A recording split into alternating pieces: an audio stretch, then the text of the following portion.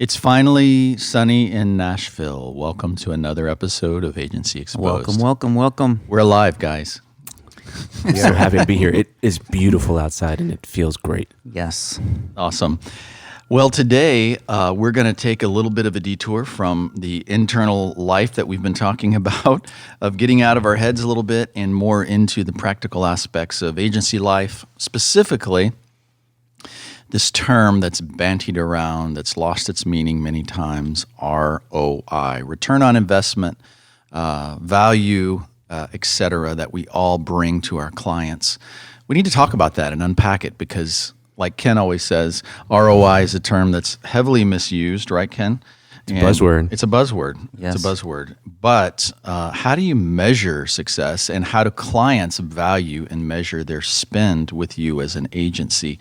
It seems like it's always an uphill climb, and it's always a challenge because sometimes there's a void in between what we as agency owners value as success and what the agency, or what the client values as success. And closing that gap is what we do, right? Yeah. I mean, I would say, ROI is one of those things that you cannot really control as an agency owner. And I would argue that even any one person can't control. So even in your own business, like, what do you invest in? If you invest in something and you're looking for a return, you obviously are looking for it to add to your business to some degree. Maybe we should define how can you control ROI. that? Yeah, right? It's really tough because one of the things that I talk a lot about with my staff is that clients see us like a financial advisor, right? They give us money to make a return on investment, the ROI. What is that, right? Exactly. But the first thing you do when you meet with a financial advisor is you ask them one simple question, right? What should I expect my return to be? And that's always a challenge. That's the way I feel clients should be toward us. But there's other times where clients actually don't know what would be successful for them. Sometimes it is a financial metric. Sometimes it's not. Sometimes there's other metrics involved that are even harder to define and report on, and to see that you actually move the needle. So I don't know how you guys feel about that, but as far as what clients define ROI. So what is success is kind of like the overarching thing, and it's kind of like that's a little bit nebulous, but success isn't always for every initiative bringing more dollars in. Yeah. Right? Now, ultimately, that to some degree has to be the case. Obviously, your business, you're there to make money, so are your clients. But if every activity you did, you measured by did it bring dollars in at the only level, then it'd be really hard to figure out if things are working, right? Because certain things are put in place to produce certain results that then lead to something else that then leads to ultimately bringing in more dollars. Yeah. Well, it depends too. There's so many there's so many variables here, because what you just said, Ken, is I think the agency dilemma, right, is we bring so much value. We do creative, we do branding, we do impressions with advertising, we do other things, and ultimately conversions. So how do you measure all that? And the biggest variable is what's the goal of the company ultimately, and the size of the company. Because if you're a small startup and you're a solopreneur, have 2 or 3 people, and you guys have a great idea and you hire somebody, the main thing you're looking at, I think, is sales. We've got to fund this startup, and we got to go. Yeah. But if you're a bigger company, say with 300 people, and you're looking at the long haul, 10 years down the road, brand equity is much more high on that scale versus I'm a startup. I just invested $10,000 to get this website going. Brand equity is not my top priority. Yeah. Right. Yeah. I see that a lot. I see that the objectives are quite different from a more established company brand versus startups, for sure. And I think it's just the mindfulness of a startup is is, a lot of them are blitzscaling, or they're moving fast. They're building the plane while they launch it at the same time, right? So they're just looking for short-term return on investment to move to the next level. Everyone, we talk to the startups, they're all talking about seed investments, and then series investments, and then really starting to prop up their business. So they just need to show short-term return on investment, because they need to create a narrative, right, to move to the next level. When it comes to funding, when it comes to growth, they just need a strong financial narrative of growth.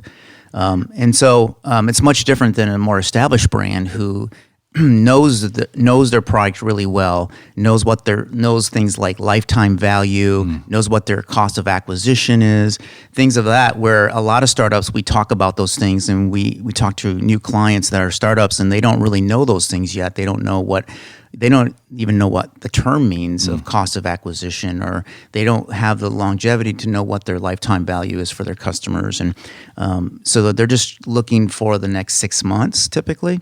And there are two different strategies, right? And we also work with larger companies who do need to show a strong return on investment with us. And it really depends on each customer, but definitely identifying what they see as success should be the very first thing that you do with a customer. If you have a new customer, you need to sit down and really identify what success means. Because if you come to the table with an idea of what success is, and they're not on the same page, that's where conflict happens. And I think, missed opportunities happen at that point. How much do you guys feel like it's important, or maybe the better question is, how much have you because I have a thought on this. How much is it of an agency's job to help educate and push a client toward a better understanding of ROI for their business versus, because they may come to you and say, we want to hire you because we want to scale up our business from 3 million to 10 million. Yeah. We really need your input. What do you guys think is the role of the agency? And I think it's required, not even by. I mean, I think even out of your own well-being as an agency, if you don't educate around that, then you're maybe on the hook for something that you actually can't control. That's a great point. And a common practice in like the digital agency world is to do things like digital ads, right? And so, another buzzword that's kind of like ROI is ROAS, ROAS. Return on ad spend. And truthfully, and you hear a lot of people talking about, okay, here's what you should be at, and clients come and here's what we want to be at, or, and other, people sort of almost promised, we can get you to this. But it's really naive in my opinion, because you can't control that, right? You really can't control if the product is great, or if someone will ultimately purchase something, how their customer service is, all this kind of thing. So like, really, again, like if you don't educate, you're on the hook for something that you actually can't control. That missed expectation. And when you say can't control, you've referred to that a couple of times. You're referring to, you don't have any control over most of the times. You don't have any control over the client's product, their customer service, their pricing, their all that kind of stuff. Ultimately, how effective their product is. I realize that that's maybe after the sale, but all those kind of things you don't ultimately have control over, and they all go to return on investment or less, whatever that return number. All those things are accounted for, and so I'll just to answer your question. Like in my opinion, education is extremely important. We talk about it all the time as you have to lead that conversation. And if you're listening to this and you're a younger agency or older one, like a lot of times agencies, I feel like they're in the role of service, which they are, but like serving by just doing whatever is asked of them, rather than sometimes the things that are asked of them of you are not really in your control. So you need to educate around that. Say, hey, when you're looking at ROI, here's maybe how you should be thinking about ROI from our perspective, but also, what we can do is we can do X, Y, and Z, which under our control can lead to this. Part of the struggle that we have is that we just talked about is sometimes that we market products that don't have a good market fit. So they're good ideas, but they haven't actually tested the market fit, and they expect us just to blow it out of the water, right? But they're not willing to invest into even testing to see what the real market fit of their product is, not just the messages and the positioning of that product, but actually the people want this product, and is it going to sell well? And so they're not willing to invest in some of the things like early qualitative data or quantitative data to show what really is. So what we do is we find ourselves that as digital marketers, we're running ads and we're seeing firsthand data that proves one way or another, or approves a certain demo, or approves a certain, engagement with a certain demo. And so we end up being the ones that are basically through engagement, through our digital campaigns, seeing a lot of this data that could have been done early on, but yet their expectation is they want to sell, let's say it's an e-com play, they want to sell a product, and they're like, well, why isn't my product selling? It must be the agency. They're not doing something right. But the reality is that we may get high engagement, but very little sales. Right. Well, there's a product fit problem, right? It could be price. It could be the product in general. It could be other things that are completely out of our control. But again, the agency can be the one who's to blame. So for products like that, for us, we have to get to the point as an agency that we just get to the point that says, hey, we can't help you any further, because there's a product fit issue. It's not advertising, right? We can prove that we've got a lot of engagement. Maybe our messages are great. They're driving a lot of traffic, but they're not actually getting conversions of sales. And so at that point, what do? Like, how do you can only guide your clients so far, but you get to the point where that expectation now is that the agency is doing something wrong, or they're just not doing what they need to do. Somehow it's the agency's fault. Yeah, I think education is huge. I'm sitting here thinking, past clients and things that I've worked on, and one of the biggest things in the digital world, I think, is they don't really understand the process. Yeah, they're still thinking that I'm going to hire you, you're going to drive more people to my site, and then that's going to convert. Yeah, versus saying, for example, maybe your return on ad spend, Ken, was 50%. And so you say, client goes, well, that was a failure. I spent, $1,000 and I only made $500. Well, no, you didn't, because the lifetime value of that customer, based on the history of your customers, is, if the value of that customer is $500 over time, well, that was a successul campaign, right? So educating them about how that works, the funnel, lifetime value, et cetera. Yeah, and I think that a lot of customers that we have don't understand a cost of acquisition. They don't even think about that. Like, how much are you willing to spend to get a customer? Because we get hit with over 600 messages a day. How in the world are you going to get through the clutter, right? So there's a cost to get a customer, no matter if you're a big brand or an unknown brand. Okay. And then the lifetime value, most customers don't know that at all. In fact, they don't even know the term, which is hard sometimes. But on top of that, you're trying to understand, what are you willing to spend to get a customer? And they don't even know their attrition rate, or they don't even know their churn rate. And that's also a challenge too, because you can't come up with a lifetime value if you don't have all of these metrics in place to understand fully what it's costing you to get a customer and how long they're going to stay around. How many times are they going to buy your product? Things like that. Somewhere in the business, and this is true in your business, right? So like, we're talking about return on investment, maybe pertaining to clients right now and how to educate them, but you've got to get a return on investment as an agency in every activity that you do. Right. And I also was, as we're talking, I'm thinking like, I think the assumption or the default is like return on investment means dollars, but return on investment is just like, what do you define the return as? And so that might be any number of things, right? And so defining that is really important. Like, what is return equal to? Like, what is that? And again, most people default to money or sales, and that's great, but it's just not. It's not the full picture. You can't control that. It's like, if you say, it's too big of a goal to like control with every action that you do, right? And they say that, most big goals need to be broken down into short milestones. Otherwise, you'll never achieve them. Climbing a mountain is, thousands of steps, right? And if you just say, from when you're standing on the ground, like, what's the thing I can do to get to the top of the mountain?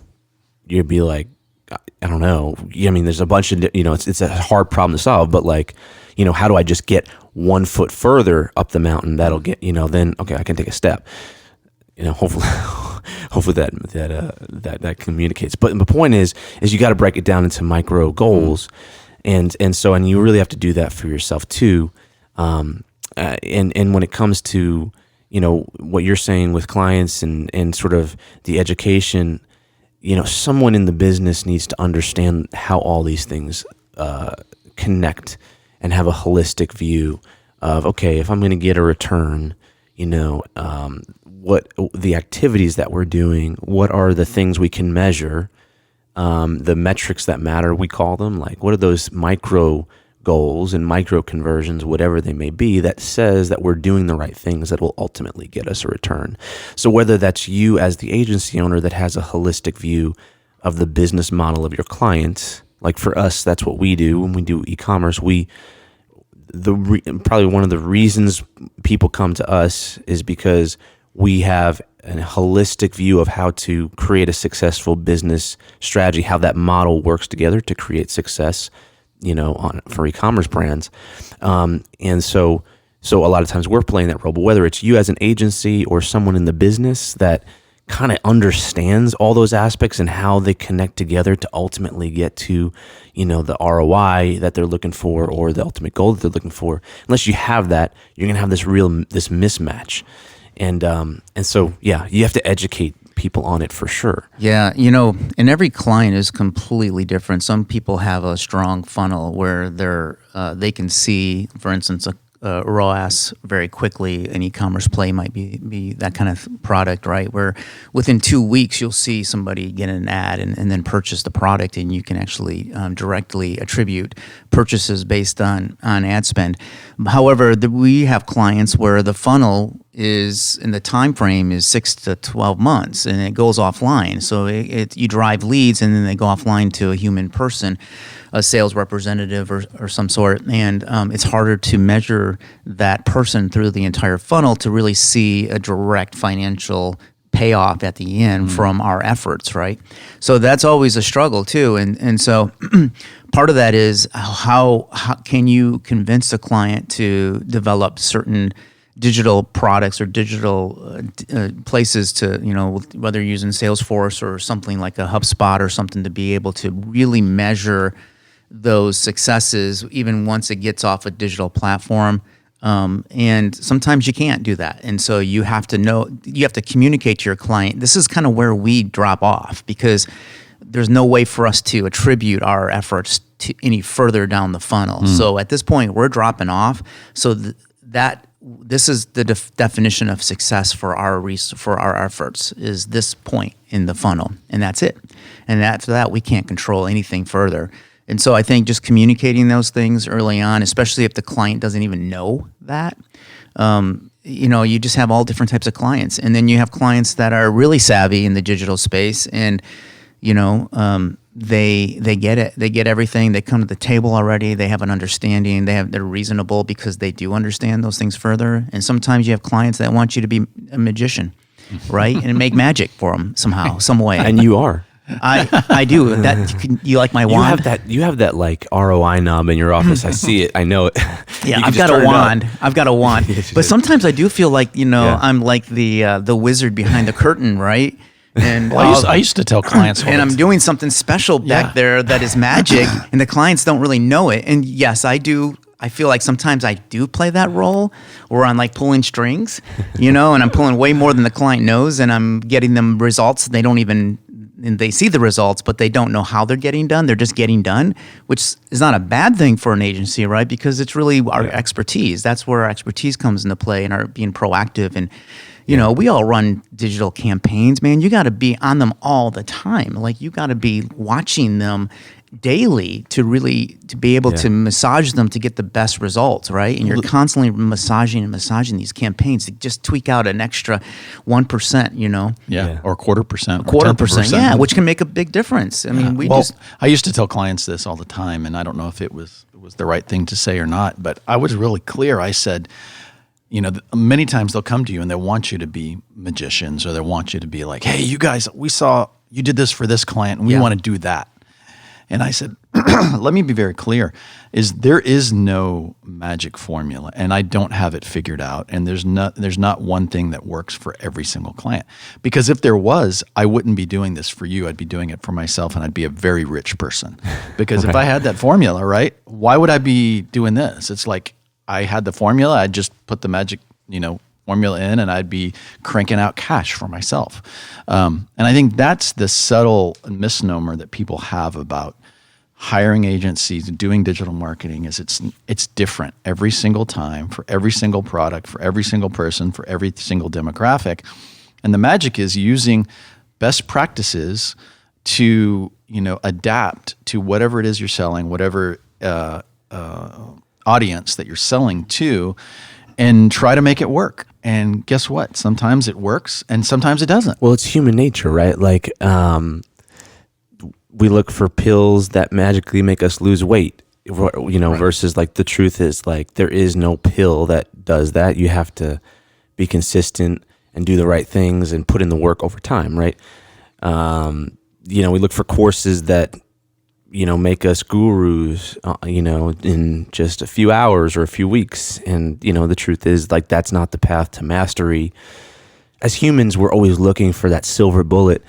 We end up seeing that a lot because we work with a lot of early stage, but viral entrepreneurs. So like they kind of running companies that are just going through the roof, and they're really talented in that. But they're sort of, they're always looking for the next silver bullet. I think fundamentally that doesn't exist. And I think as agency owners and as small businesses, whatever, if you're doing a service because you know more about that than the person coming to you, right? I think that's really important to realize, because sometimes we forget that, and that is our responsibility. So if it's okay for someone to come in looking for a silver bullet because they don't know. It's not okay if you feed that misconception, and then now you're like, I got that silver bullet. It's right here, and I'll turn that knob for you. It'd be great. And there's so many people that do that, and it rarely works, I'm sure, and it hurts a lot. It hurts more than just that relationship, and so. I wonder. I don't think it's because any of us are doing anything, have bad intentions. Right. I think it's because sometimes there are these high pressure situations where you feel the social pressure when someone comes in and they're saying, "Hey, I want this from you. Mm-hmm. Like, you can do this for me, right?" You got to look at yourself like a doctor. Like, if someone came in with some disease that you didn't know how to heal, like. You couldn't tell them, I've got the answer for you here. Just take this and do this and you'll be good. The truth is like, hey, I'm going to educate you on what I got, what we can do, and what the reality is. And but here's what I think you need to do in the process. And that's that takes courage, because there's social pressure in that. That also takes like you backing down maybe an ego that you might have, because you might want to say yes because you could be that hero. But it's so important, because once you can educate somebody, it's not, and it's kind of a careful art, right? Because you don't want to remove their excitement about something or be the bearer of bad news or anything like that. But if you can educate the reality, like, hey, look, there is no silver bullet. That just doesn't exist. Whether you're talking about ROI or digital ads or whatever, like, it just doesn't exist. Everyone says it, right? That's the problem. There's just so much noise around it. Everyone says it, but it just doesn't exist. There is no silver bullet. So here's the deal. It's, finding the right experience on your team, doing the right things consistently over time, and being really smart about those so that you build your business and get to this goal that you have, right? And is that goal even realistic? That's for us, the first question we ask anyone that we might work with. And it's the question I ask myself. It's the question my business coach asks me anytime I say, hey, I'm having this problem. Like, what's your goal? Everything needs to back down from that. And so start with a goal, and is that specific? Is it measurable? And is it realistic? Right. And then, okay, if it is, now how do we back out of that? And actually, how do we build something that gets there? Yeah, that's always a challenge too. It's like sometimes you go into a new client and you really don't know the product fit of their service or product. You don't know if it's, if there's enough of unique value props in their business that is going to differentiate. And that's really it. hard when they come with a lot of money. Yeah, and is it desirable? Yeah. And do they know their lane and have they had any success in the past with their product? I think that's always challenging. If we get involved with a product that has already some brand equity, that already has a high demand, it's it's super easy to feel good about it. We worked, actually, Bob, I think you worked on this project too, even though I didn't really know you then. I lived in LA at the time, but I worked on a project that was a tentpole film for Disney, and it had a long, almost 100-year-old brand behind it, and it was like you couldn't even talk about it, and everybody was at your doorstep. Like, it was amazing. Like, I did a deal with Apple Computers, and they were all excited to be on board with this project as well. And it was like I just had to send an email. It wasn't like I was knocking on people's doors; they were coming to us. And it was so easy to market that product, and it was so fun because there's so much excitement behind it, and it was really fun to be part of that excitement. But there's other products and services where you feel like you're just knocking on doors and you can't get anybody's attention with it because there's no brand equity. It's a brand new product, and maybe even a brand new. They're so cutting edge that the product doesn't even have competitors, and there's not this idea of educating the market. Yeah, so you got to educate the market, and it's really slow, and the company doesn't have enough money to really put behind it what they really need. They don't even know what they need to launch a product. They're just, I've got $20,000. Let me launch this product, and that's not always the case. But they may have more than that. But that's not they're not heavily funded enough to last 2 years to get through the. Well, it turns out it starts with a great product. Apparently, yeah. You can't really do anything if there's not a great product, and that's something that you can't ultimately control, except for your own business, right? And then if you want to get if you're coaching someone to get somewhere, if they say, hey, yeah, I want to be at this level, okay, how bad do you want that, right? Because the investment that's required to get there might be a lot more than they have, or that they want to invest. And I'm not even saying money, but it could be money, time, or whatever else. What I find is that most startups have about 6 months of capitalization, and if they don't hit a certain sales after 6 months to continue to self-capitalize their business, they're out of money. And they're all searching for investments and to get to the next level. So what they're doing is they're putting all this upfront money into you to say, help us get to the 6 month mark so that we can continue to capitalize, improve some sales to capitalize our business. The problem is the biggest reason why businesses go out of business is because they're not capitalized well, right? And number one. And so a lot of companies especially startups, they have 6 months, and that's about it. And you're not going to be the magician that you hope to be, right? And help them get past that 6 month mark. They need to have a little bit more money in the bank to be able to survive. Past that 6 months, and I think that's the challenge, is that a lot of companies just don't know what it takes. They all want to be a large brand, but they don't really understand what it took to get there, and the amount of money that a company has to spend to have that kind of cachet and to have that kind of brand equity. They don't understand, and I think that's always a challenge. Steve Jobs said this, and Apple can say this because Apple is Apple, but Steve Jobs used to say, I create products that people don't even know they need.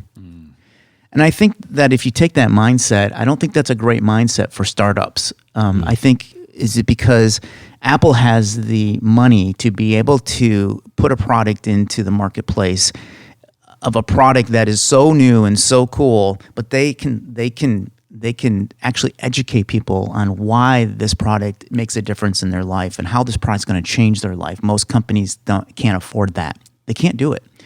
And they don't have the already brand cachet that Apple's has. So they don't have these people that are, Apple evangelists who are just waiting for the next product and are going to buy it even if it sucks, right? Yeah. They're just going to buy it because they think it's going to be the next big thing. And so a lot of people think that startups, especially in technology and products, they think that's who they're going to be. And it doesn't always pan out that way. Let's talk about that. You guys have mentioned brand equity a few times, and I think it's it's something that we always struggle with, right? It's kind of like, well, we didn't hit the sales goals, but look at all this brand equity we created for you, right? It can be an excuse and a fallback that agencies use, and I used to really hate this because I would go into a marketing, even some of the films that we've worked on and some of these other things. And if you have a team of marketers, and let's say it's a very well-funded or well-budgeted project, you won't be the only team member, the only agency who's working on it.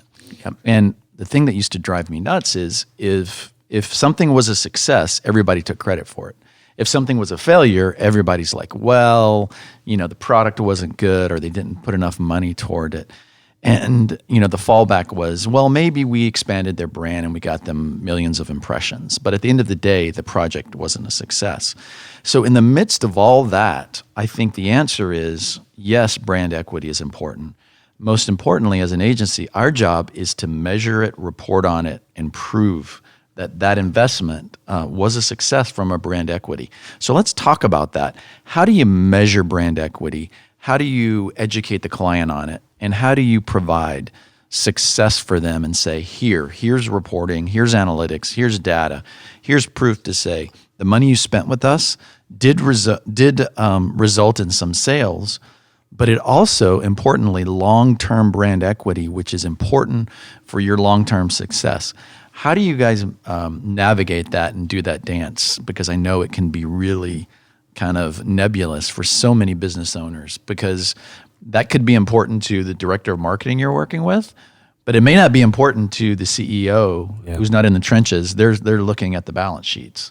So do you guys have any opinions on that? Yeah, I mean, a lot of people look at engagement and go, oh, look at all the awareness we're getting on our brand. But the reality is that there's little desire to purchase the product. And that's the problem. So if you look at brand lift, you really got to look at both, right? You got to look at the awareness as well as how many people are purchasing the product, and look at that as for growth. And you also have to understand that brand equity doesn't come overnight. There's only two ways you can actually get brand equity, and that is either a lot of money or time. You got to have time. Right? It takes time for these companies to build strong equity in their brands. And even when you're spending gobs of money, it's taking a long time. So I think understanding what true brand equity is and what that means to the client as well is really important, because, again, it's not just awareness. We have a product that we are creating a lot of awareness for the product of a client. But what we're finding is that people know of the product. They can even say, oh, yeah, I've seen that before.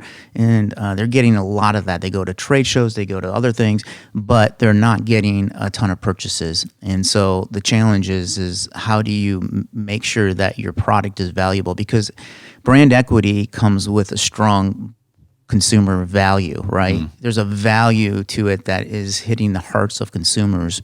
And so part of that too is understanding your product well enough to know not just if there's market fit, but if there's actually, does it actually meet a strong need, and does it hit a pain point of your customer? So it's unpacking your customer, having strong empathy for your customer to understand what are their pain points that the product actually solves.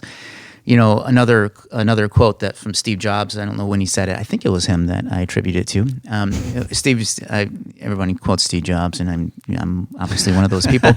But he said, don't just sell us on the features of your product, but show us how your product's going to change our lives. And I think that's the key, is that if we can really get and look at a product and say, this is how a product actually changes people's life. Start with that, right? Because if you don't hit those pain points, you're never going to create an emotional connection to your brand. And I think that's what true brand equity is. No, it's an emotional connection to your brand, to the point where the consumer feels like that brand is solving a deep felt need that they have, a deep problem in their life that solves. And it might not be anything. It might just be coffee. Right, I'm holding the coffee cup right now. Like, how does this coffee meet my needs? And it feels good. Like, why would I go back to the same coffee shop all the time? Is it just the coffee itself, or is it the atmosphere? And is it the baristas? And it's the people at the counter? And it's everything about your brand is brand equity. So it's not just how we market the product. It's how people feel about the product, how they feel about this. If there's they talk to people from the company, how they make them feel. And so you have to take everything into context when you're talking about brand equity. It's not just marketing and driving leads. It's so much bigger than that. I think the secret to good marketing, I think after many years of doing it, I boiled it down to this, is can you get your customer or your potential customer to see themselves in your product? That's the secret. The secret is, like, because we all live and look at life through a mirror. Like, if I see someone and I say to Ken, this guy really bugs me. Well, Ken goes, doesn't bug me. I think he's a really nice guy. What I don't realize is I'm really seeing something in that person that I see in myself, that I recognize about my own self, right? Because that's some deep self-awareness. Now, the same thing with products. That coffee cup, can I see myself drinking it? Will it taste good in my mouth? Will it make me feel better? Will it make me connect with people at the store? Yeah. So really, good market. The secret to good marketing is getting your target person to see themselves. Yes, and this also comes down to this idea of a tribe, right? A brand tribe. Like, how do you develop? Again, it could be coffee, which coffee's coffee, but maybe you go to a coffee shop and the people that are there are really special to you, and you know everyone. It's like you're on the set of Cheers, right? Everybody knows your name. And that is the draw to the product. So it's not just the product, it's everything else around it.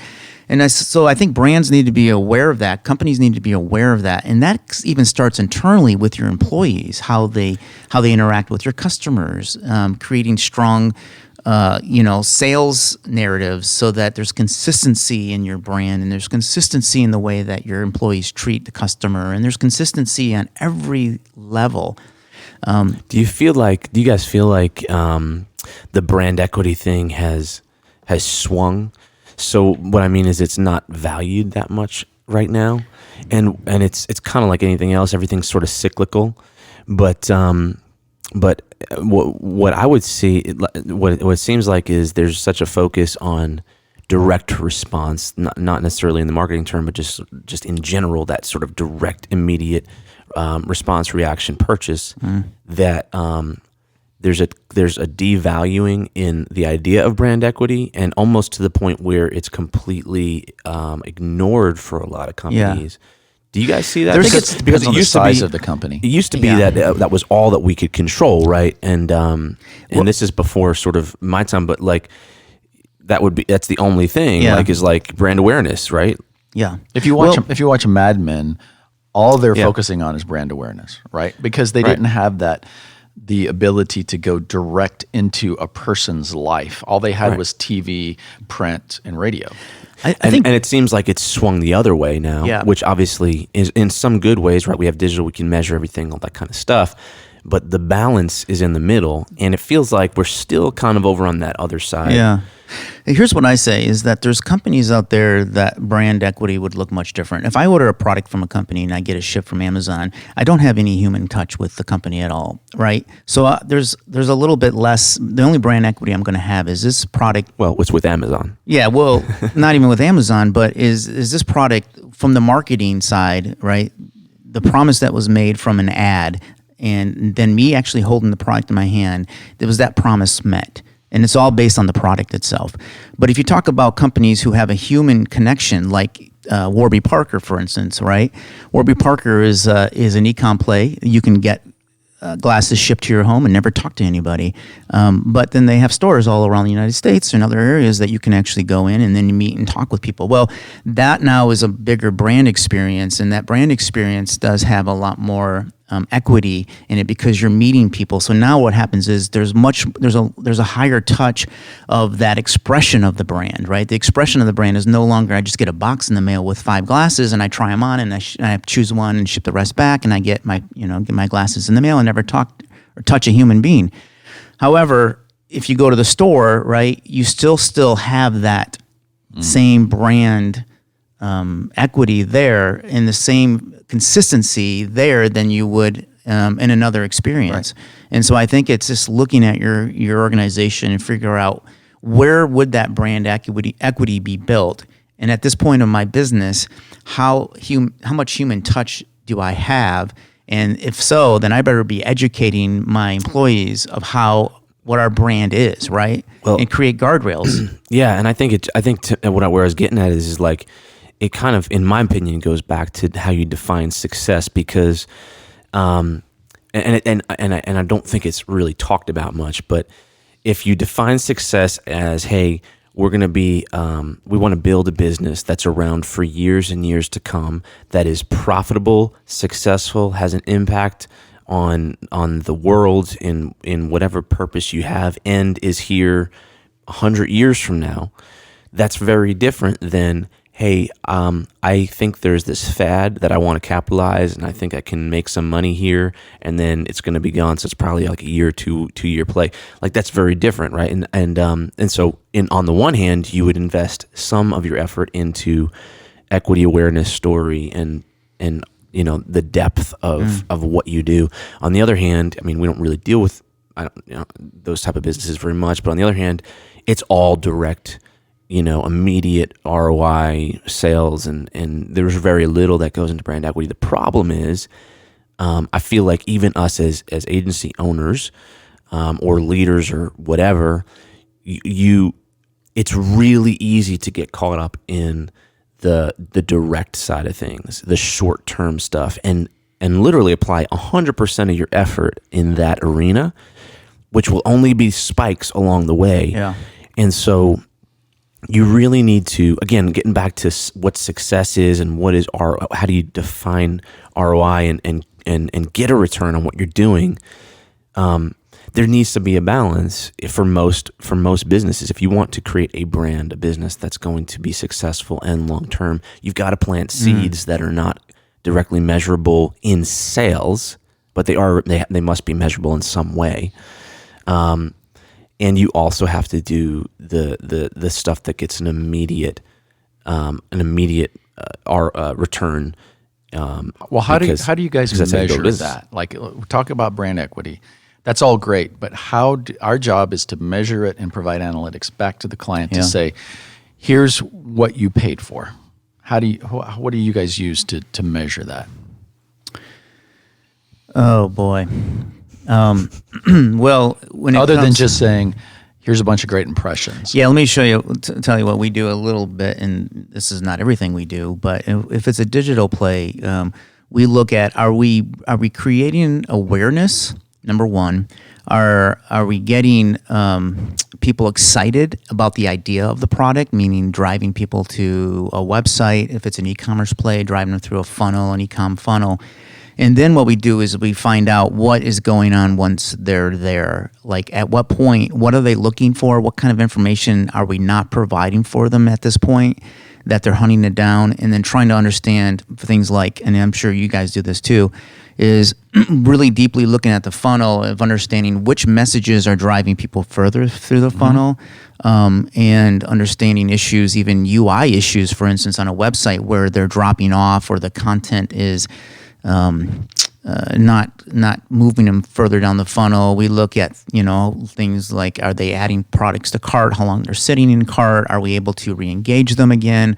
Trying to figure out where the fall off is, where the friction is. Some of those things cross over into, maybe not the awareness category, but into like the immediate sale category, right? Yeah. On the awareness side, that is hard. Like, would you say in my perspective is, in the awareness side, you're dealing with creating emotions in people, right? Yeah. And so,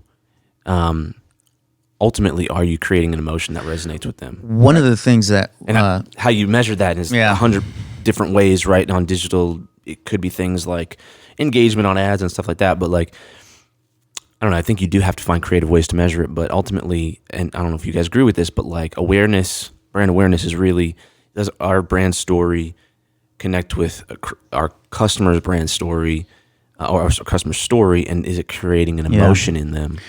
what I say is create but validate. Create but validate. And so, for instance, if you've unpacked your customers, you created your customers' personas, you looked at the pain points, you felt like you understand that this product that you're marketing actually serves a direct need that doesn't exist already. And let's say you create an digital ad campaign, right, with certain messages, certain ways that you present the product. You should be testing those products. You should be testing that campaign. Even qualitative information is really helpful, where you get and you talk about these with potential customers that are in that demographic you're looking to market to. So, you present that to, let's say you get 30 folks that are in your demo, and you talk about these messages, and you hear firsthand how they feel about the campaign that you're just about ready to launch, to validate that actual campaign is the messages are really hitting the points where you want to hit, and it's really resonating with your potential customer. Because if you don't do that, sometimes you're in a bubble and you have different lenses on, right? You can't take back something you already know about a client. Like we get so deep into our clients that we're in the woods and we're not looking at it from way back and seeing the forest, and you're not looking from the same lens. So you have to really understand that your lens is different than your customer. Yes. Even if you feel empathy for your customer and you feel like you understand your customer, your lens is still different. And, even your age might be different. So the people who are actually creating the campaign might be creating a campaign for a different age group, right?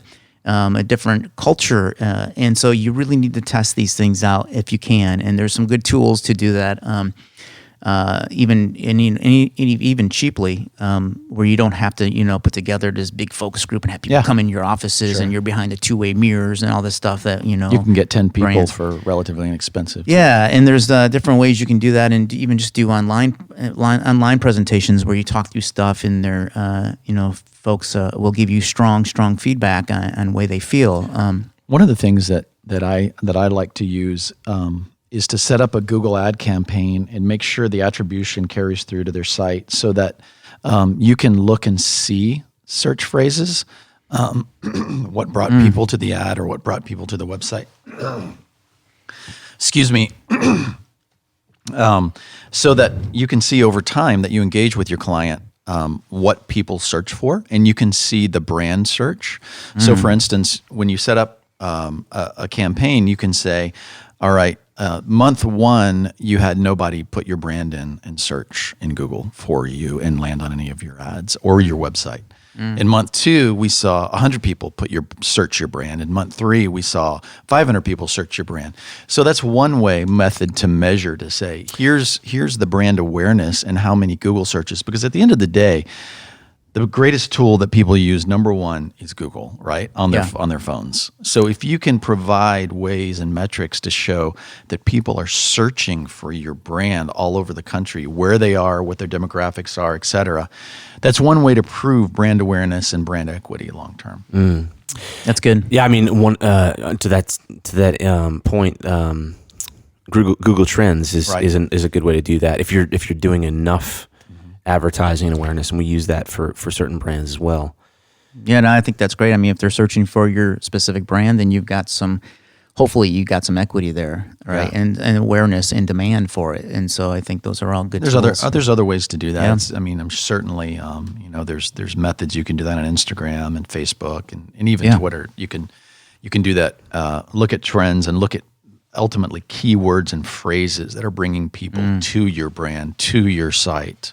And begin to build models around that to say, this is, if somebody uses your brand or your product name to come to your site, then they're aware of it, they're thinking about it, and they're engaging in it. Yeah. It's always a brand, you always want brands always talk about, like if they use your brand name as a description for the type of product, like Kleenex or a Coke, Right. You've kind of made it. Yeah. And I don't know that we see that much. When we use the word, let's Google it, right, for anything. Most people do use Google. They don't, use Bing as much or something, but we understand those terms. And so I guess you can, if you. Well, that was the advantage of the old days, right? Yeah. When you had limited channels. Yeah. If you had a new toaster that you wanted to sell to housewives back in the day when there was housewives, all you had to do was spend enough money on, the 4 television outlets and, the 10 radio stations. And next time that woman wanted a toaster, Yeah. you won, right? Yeah. So that was the way you did Yeah. it. That was it. Yeah, ABC, CBS, and NBC. NBC. Go for it. Well, I would say so I think one takeaway for anyone listening to this is, again, like getting back to like what success is I also think you need to practice what you preach. And so like one of the things that that agencies tend to not do well is do this for themselves, like build a brand that has emotion, that has story, that has some awareness beyond like just success cases, but actually pulls on people on the emotional side, because people actually, I mean, there's even science behind the fact that people buy based on emotion and feeling more than they're convinced by features and benefits and success and that kind of stuff. And so I think applying this to ourselves is important too. How do you measure success? How do you measure everything that you do, and what the ROI is? And how do you build a brand story, brand equity, brand awareness that's deeper than maybe the services you provide, that kind of connects with people on a deeper level? Yeah. And, does what you want it to do, which is grow your business and Yeah. to whatever that means to you, and fulfills that mission and purpose. Yeah, definitely. It's hard if you take this concepts and put it into our own business as a service business. It's much tougher as a service business at times, especially when you don't have, like a retail business where you have 1,000 or more customers coming and going every single day. We have, Yes. limited amount of customers that we have to serve. And so, I think our best value for our agency is to be able to guide them in their business. So helping them make business choices, not just marketing and advertising choices, but business choices, I think is really key. And that's where we really find that we can help customers, is to really get to the point where we're talking about their products, right? We're even helping them come up with concepts to change and morph their products into something that is a little better, or providing services or creating products for our customers at times. And then at times, you can't do that with clients. They just don't give you access to that, and they just want you to. I think you say hand and foot. You just want Just the hands and feet. just Yeah, the they hands just and want feet. the They activities. just want the activities. They want you to run ads and create ads and do the activities, but they don't really want you to have a deep seat at the table. And so for us, we do better when we have a seat at the table, and we're part of that discussion, their business discussion, because what we see on the front lines, they should be listening, right? We see the front lines. We see what's going on, because we're seeing the direct effect to the consumer typically. And so we have feedback. We can't always make changes without the company or our clients actually saying, yeah, this is what we need to change. And it may go against their business as a whole and their business goals and their direction. Yeah. Right. They may already have invested a year, 2-year long plan, but us as on the front line are getting the information and the data that go, what, this path that you're on, it doesn't seem to be resonating with your customer. And I know you've committed to this path, but maybe you need to rethink a few things.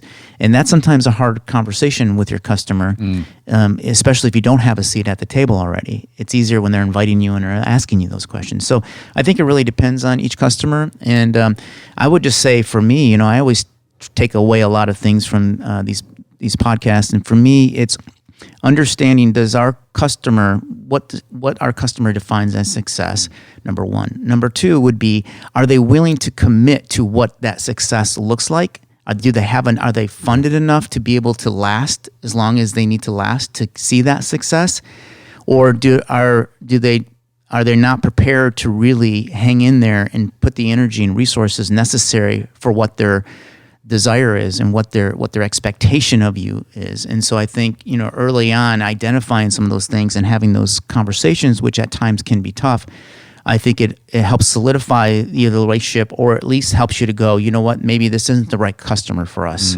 because I don't think any of us wants to go into business and we don't want to get customers that we feel we can't make successful, right? It's not fun for us. It's not fun for them. It's not fun for our employees.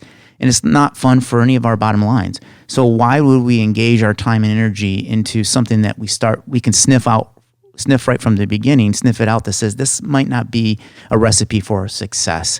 And again, sometimes you don't even know market fit of their product until you get involved with it, and then you realize, maybe customers are not this isn't really hitting those deep felt needs. And so I think it's every customer, you have to go into it differently. You have to have it with open eyes. And I think, part of it is, as running an agency, is that we're hungry for business, right? And we got to keep things moving. So you have to decide with your own agency, what type of clients you're willing to forego and what clients are the right fit for you. So that's a great That's word. good. Awesome, guys. Well, thank you so much. Any closing words, Ken, from your side? No, I mean, I think, I think it's important to know your boundaries. So if you're really good at something, don't feel like you have to commit to things that you don't agree that you can control, and be okay with that, and educate around that, and ultimately be okay with only working with people that understand that you can only control a certain level. And I think that's how you protect yourself and serve the best when it comes to conversations like, ROI and growing a business, all that kind of stuff, because there's a lot that goes into that kind of stuff. And so, as an agency, I think it's important to be confident in what you're good at, and also confident in communicating what your boundaries are. That's really good. Yeah, what I walked away from this conversation is that ROI, as an agency and providing that for your client, has much to do with educating the client and understanding how they define success, and then making the decision of, can you work inside of those and provide that? Or can you honestly say, I think your expectations are outside of my abilities, and you might want to look elsewhere. So that's a wise counsel, rather than just saying, yes, we can do that. Yes, right? yes, we have can the silver double it. we have the silver bullet. Yeah, please don't say that. Yes. All right, guys. Well, until next time. Talk to you later. See you guys. See ya.